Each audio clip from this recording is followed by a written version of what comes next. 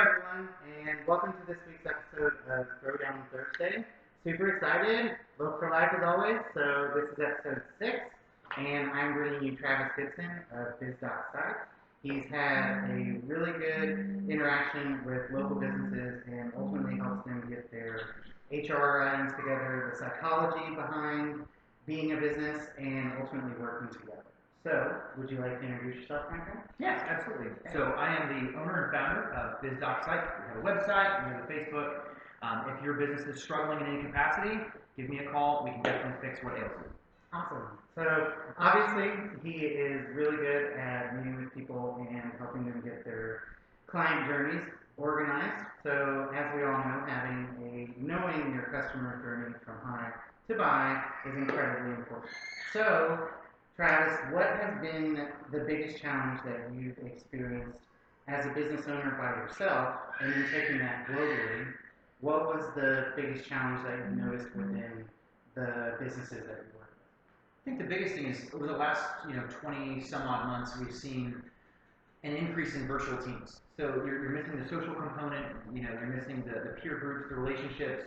And then even though it might seem like you're more autonomous online, if you think about it, every one of us carries a cell phone. with? So Outlook 365 on your phone, you're getting higher rates of burnout, more depression, more anxiety, things like that. So I would say it's just the missing link in transitioning businesses from a brick and mortar institution to virtual teams.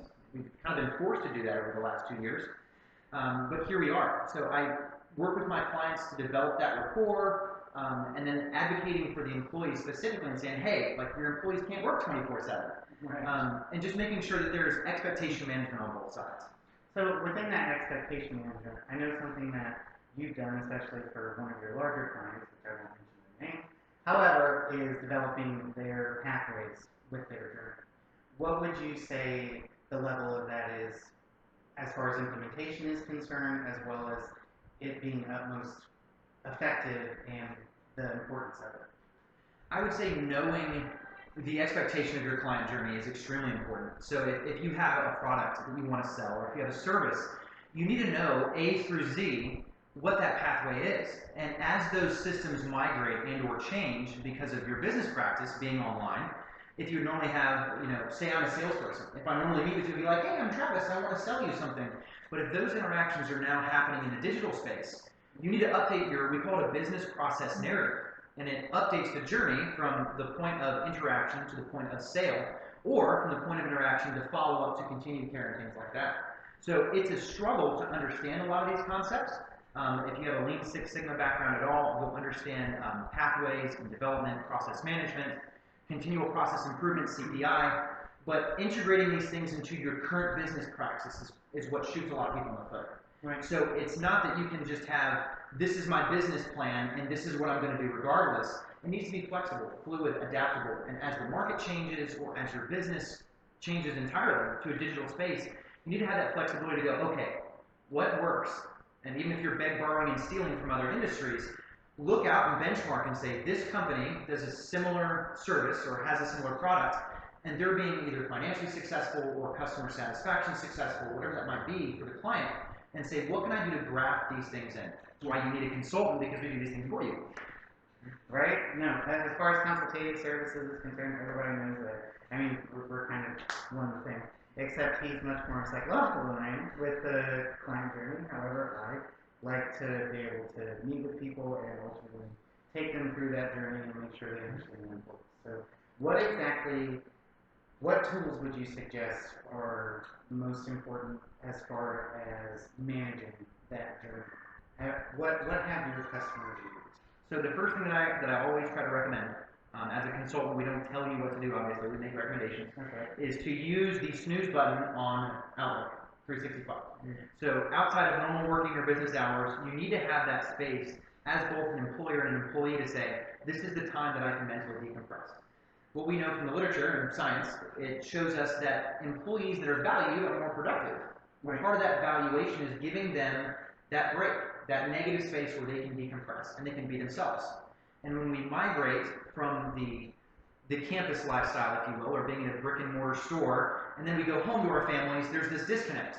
But what happens if you spend all day in your home office and then all of a sudden you're getting phone calls and emails at 9, 10, 11, 12 o'clock at night, or even 1 in the morning, like, hey, where's this shipment at?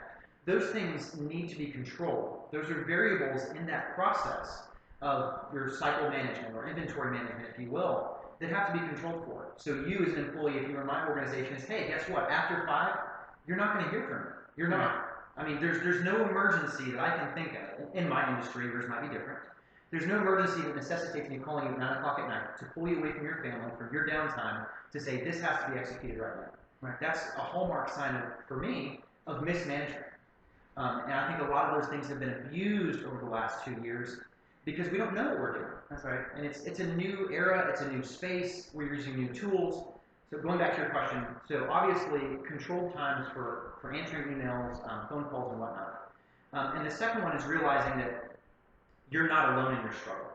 So a lot of business owners, myself, my parents' business, the other organizations that I help run, co-chair, whatever, we've seen a shift in clientele, we've seen a shift in resources, and there's things where you're doing exceedingly well and other areas where your business is struggling, and it's important to know, if you're an employee, it's important to know that your boss is not okay. But it's okay not to be okay. Right. And to check in on the people that you work with. So time management through Outlook is a big deal. And the next one is realizing that things have changed in the last 2 years, and that's okay.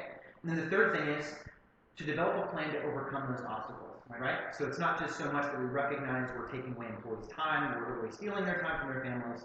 It's important to know that we value them, also that their lifestyles might have changed as a result of COVID or whatever else might be going on with the marketplace and embargoes and shipments and trading. But knowing that we have a comprehensive plan to deal with that.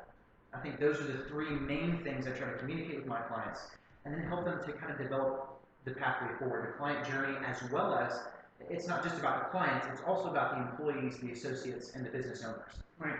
So even on an internal level, you would say it's important to have automated components to be able to save the stress mentally of the folks that are working. Oh, absolutely. I mean, whether people want to realize it or not, we're in a new era of technology. We're Digital era. The digital era. A lot of people like to call us, what do you call them, Gen X's or Millennials. We are millennials. I mean, but I'm 30. I'm no longer 15, 16. So people like those millennials, like they're riding bicycles, they're 7. It's a completely different generation. Now we own houses and have Yes. cars and big people probably. Yes. So we're adults too. Yes. In a different way.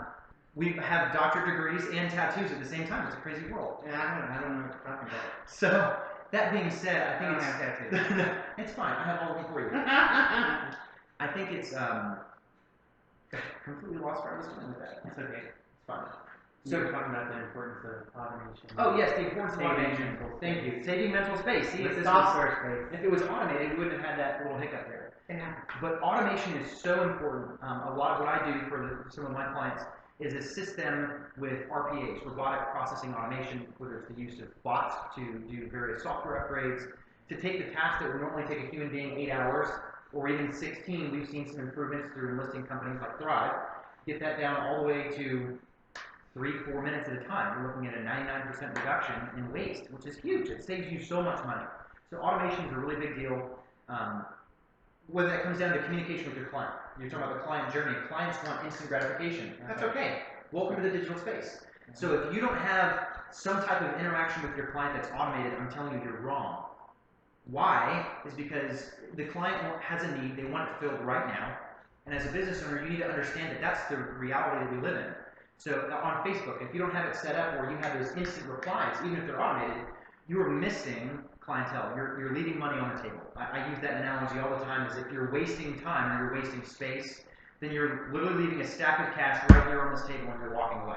Nobody wants to do that. So please, if you can integrate any type of automation into processes, it shows your employees that they're valuable because their time is not wasted. And it also shows that you're looking to improve the client journey to the client. That's right. That's right. So as you can tell, it's super important to know your client journey, know the folks that are working for you. Be careful of burnout because Zoom and working from home requires a whole different level of success. Yes. Pretty mentally and physically and all that. pretty sure you heard kids in the background, but that's the real reality. That's what we're in right now. Working from home. Yeah, so ultimately trying to get as many crock pots as you can going. So definitely excited to bring this information to you and looking forward to move this buy local movement here in Southwest Georgia. So thank you for your time.